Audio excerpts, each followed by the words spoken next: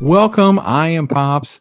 X-Men animated series, my Saturday morning cartoon rewatch Popspective with you rolls on. This is Love in Vain. It is sort of a ending of season 3. Now, it is a little weird how they kind of like jumble up the debut airing of these with the way they do this the season structure now because they're trying to do some continuity adjustments, but we're just going to go off to kind of where we are now in that timeline of things. So this will also be my last X-Men Popspective for a minute. I'm going to take a pause from X-Men, do some other cartoon Popspectives for a few weeks, give myself a break of some X-Men.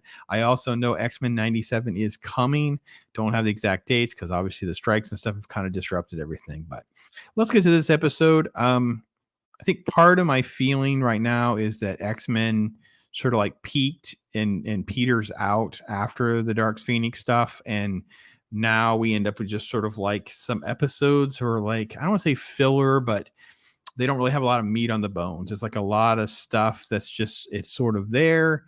It we rehash some stuff and we don't end up with a lot of interesting elements that are kind of playing out. So Love in Vain starts off with Jean and Scott kind of going away on a little lover's quest, and Rogue basically having, I don't want to say jealousy, but just definitely a little bit of that moment like, you guys are so lucky to be able to love, right? Because she can't. And then we have this sort of alien creature that kind of crashes to Earth, right?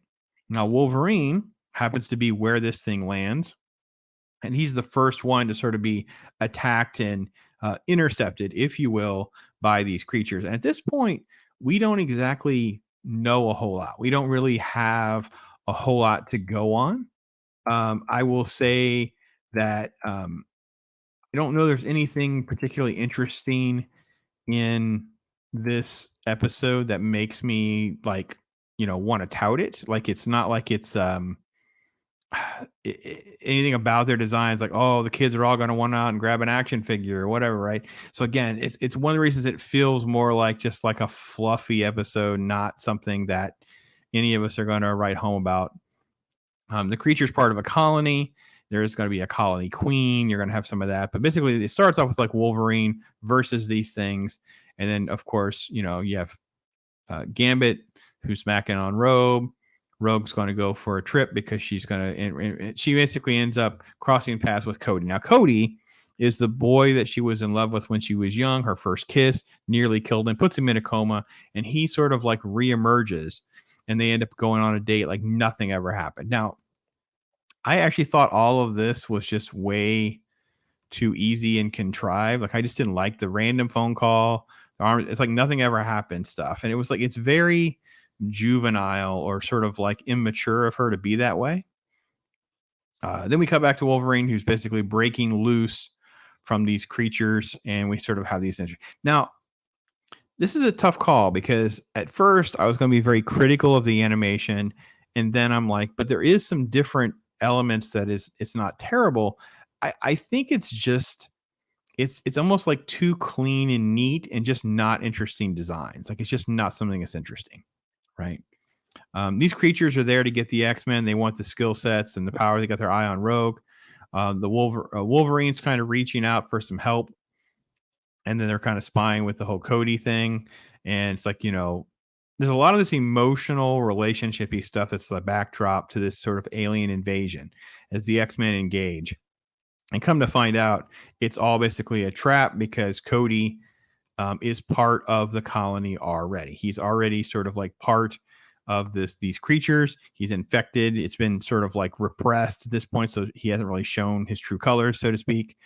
Rogue's been duped, and they can start to see the transformation starting to take place before he changes.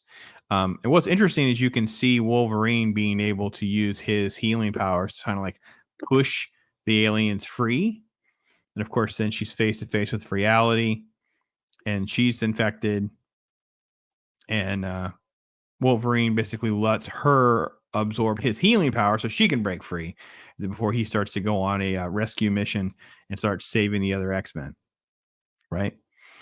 Um, and then the creature is going to sort of like burst out at the end, and there's still some battling before because Professor X is the one who kind of like he kind of saves the day, but it's sort of like this weird last minute thing. I'm trying to get to the right panel because I thought it was just weird. Like, Professor, we need your help. And it was like, okay, now he does something. And he sort of like has this mental connection with the actual creature these things are in.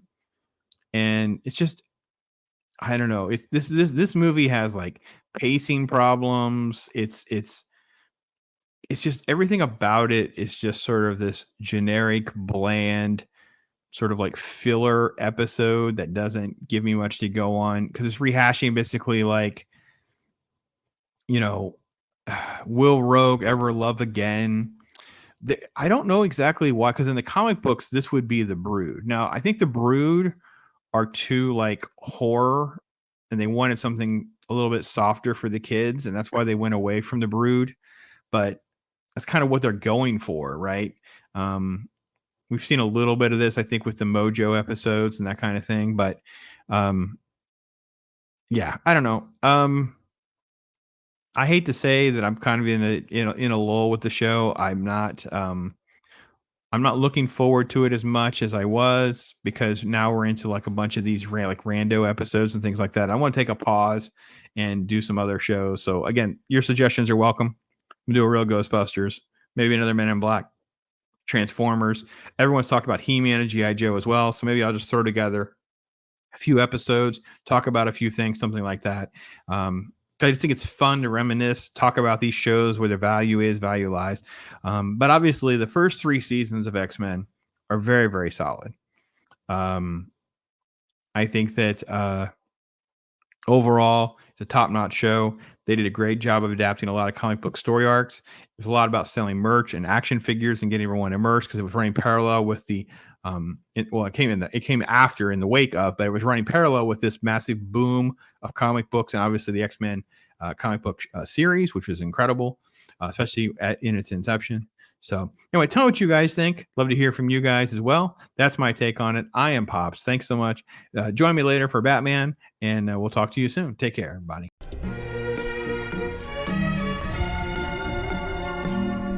Yeah. Right? And I'm not playing no